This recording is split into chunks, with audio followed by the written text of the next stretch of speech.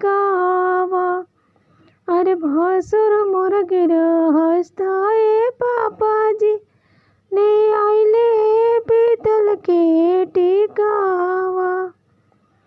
अरे चुप होख छुपाए बेटी पटरवा पोछाओ लोरावा। अरे चुप होख छुपाए बेटी पटरवा पोछाओ लोरावा। अरे तोहर पापा सर बिसियाए बेटी ले आई है सोना के टिकावा। अरे तोहर पापा सर बिसियाए बेटी ले आई है सोना के टिकावा।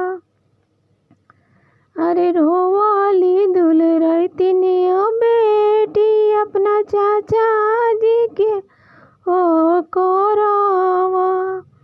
अरे रोवाली दुल रहती बेटी अपना भैया जी के हो कोरावा।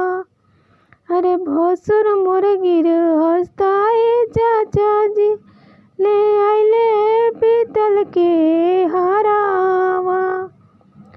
अरे भसुर मोर गृहस्थ ए भैया जी ले आइले पीतल के झुमकावा। अरे चुपा होख छुपाओ बेटी पटरवा पोछाओ लोरावा।